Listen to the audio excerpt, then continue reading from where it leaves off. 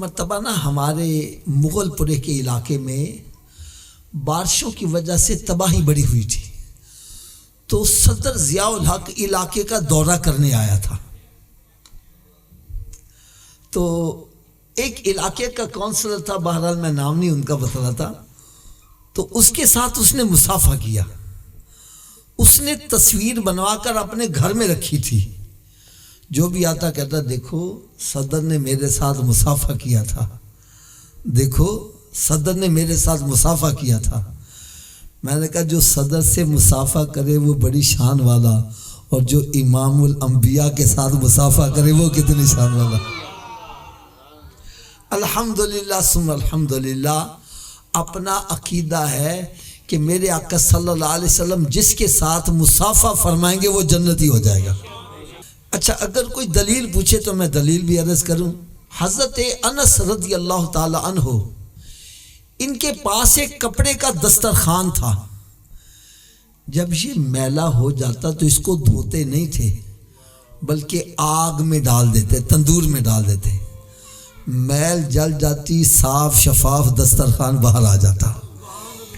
ایک دن کسی نے پوچھ لیا، اے انس رضی اللہ تعالی عنہ، کپڑے کو تو آگ جلا دیتی ہے، اس کو کیوں نہیں جلا رہی؟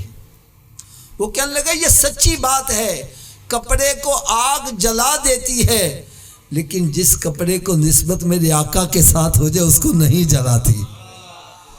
کہنے لگے پیارے آقا صلی اللہ علیہ وسلم نے ایک مرتبہ اسی دسترخوان پر کھانا تناول فرمایا، اور پھر سرکار صلی اللہ علیہ وسلم نے اپنا دست اقدس اس کے ساتھ مس کیا۔ بس اس دن کے بعد جب بھی یہ میلا ہوتا ہے میں آگ میں ڈال دیتا ہوں، میل تو جل جاتی ہے، کپڑا یار ایک چھوٹا سا میں اشارہ کروں، پریشان تو نہیں ہوں گے یار؟ جس کپڑے کے ساتھ میرے آقا صلی اللہ علیہ وسلم کا دست تھوڑی دیر کے لیے مس ہو جائے، اس کو آگ نہیں چھوتی، تو جس ماں کے شکم میں سرکار 9 ماہ تک جلوہ فروز رہے۔ ایک اور چھوٹا سا اشارہ کر دوں، جس کپڑے کے ساتھ میرے آقا صلی اللہ علیہ وسلم کا دست اقدس، بلکہ میں تو ایک اور چھوٹا سا اشارہ اور کر دوں، میرے آقا صلی اللہ علیہ وسلم ایک مرتبہ اپنے گھر جلوہ افروز ہوئے تو گھر والے روٹیاں لگا رہے تھے تندور میں، تو میرے آقا صلی اللہ علیہ وسلم نے ارشاد فرمایا لاؤ آج ہم بھی روٹی لگاتے ہیں۔